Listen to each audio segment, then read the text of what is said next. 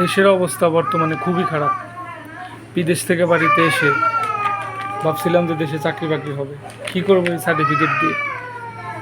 কোথাও কোনো ঘেটে কোথাও কোনো চাকরির ব্যবস্থা নাই।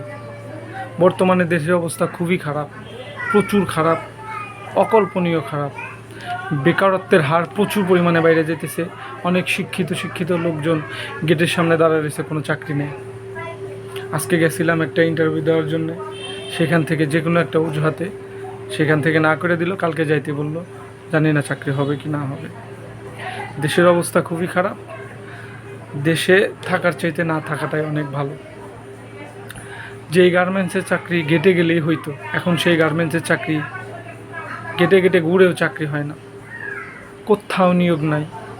দেশের মানুষ কি করবে? যারা যুবক তারা যে কি করে খাবে, কি করবে না করবে, এর কোনো গ্যারান্টি নেই। আল্লাহ মালিক জানে। দেশের অবস্থা খুবই খারাপ, খুবই ভয়াবহ।